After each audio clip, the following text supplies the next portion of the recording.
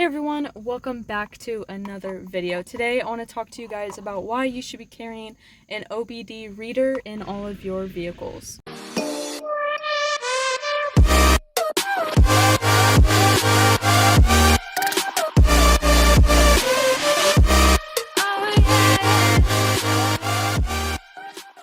Alright, so in this video I will be using a hyper tough OBD II reader. We got this from Walmart for just around $20.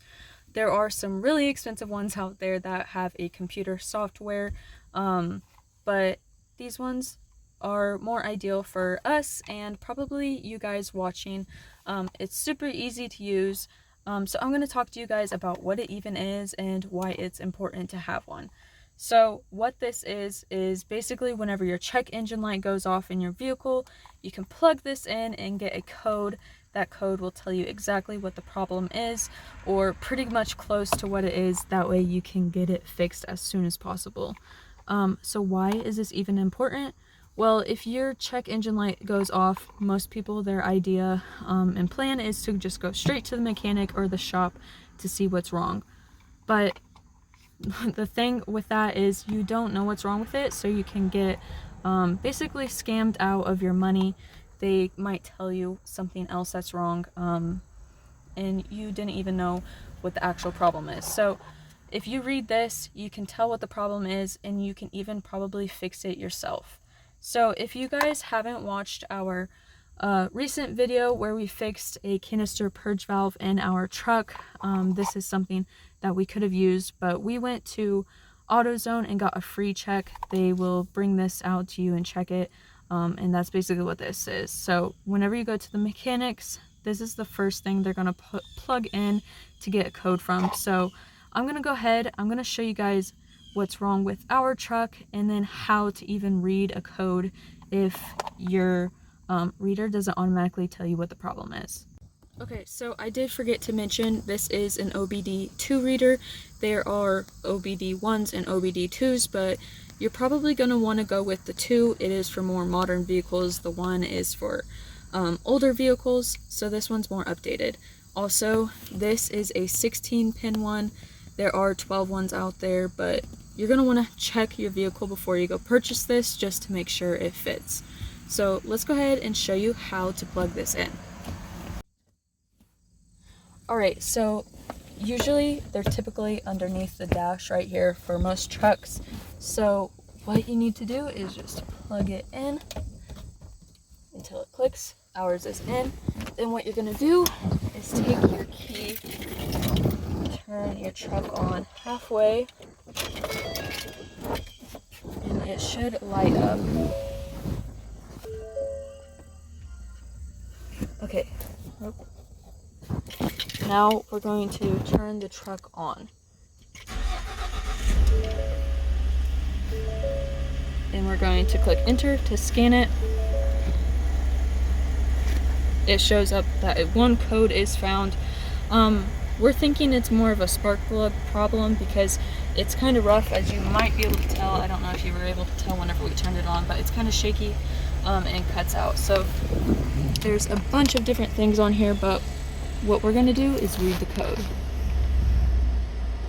Okay, so it comes up that there is a cylinder 6 misfire, which is a spark plug, but there is a code up here, P0306. I'm going to show you guys how to read that if your thing doesn't automatically tell you.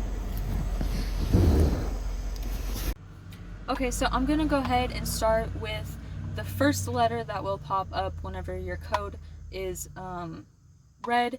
So these are just common ones that happen. So P is going to be your powertrain. That's your engine, transmission, and your emission system. C is going to be your chassis. That's your anti-lock brake system, electronic suspension, and steering. B is going to be your body. So your climate control, lighting, airbags, and anything related to the body. And then U, that's going to be your user network, that's going to be your wiring bus and other modules. Okay, so then the second thing that's going to come up, it's going to be a 0 or 1. Your 0 is going to be for generic, so that's going to be related to mainly any type of vehicle. And then if you get a 1, that's going to be mainly for your specific make. Alright guys, then the third part, I don't have these memorized. It can get pretty lengthy whenever it gets down to the actual problem, but I'm gonna go ahead and read these to you and we'll put them up onto the screen. So number 1, that's going to be your fuel and air metering. 2 is your fuel and air metering, but that's going to be more related to your injector circuit. 3, that's going to be your ignition system or misfire. So in this case, we got 3, that's a misfire. 4, auxiliary emissions control. If you did watch our previous video, we did get 4, so that was our emissions control. That's why it was the purge canister valve, or the canister purge valve. 5, idle control system and vehicle speed control. 6, computer output circuit. 7, 8, or 9, that's going to be related to your transmission, your gearbox. And then you can also get A, B, or C, but that's more hybrid propulsion related. Okay, the next, you're going to get a 4th and a 5th number.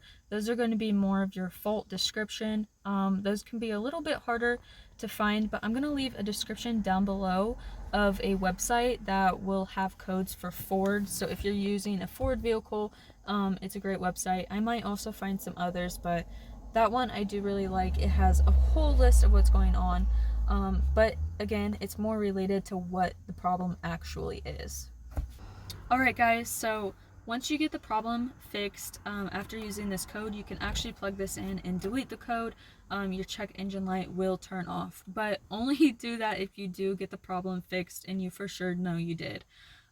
So yeah, thank you guys so much for watching this video.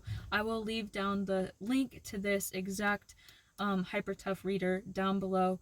Go ahead, check it out if you want one or find something similar. This is just one that we picked up real quick, but it has seemed to work for us. So again, thank you so much for watching. I hope you guys learned something, and we will catch you guys in the next one.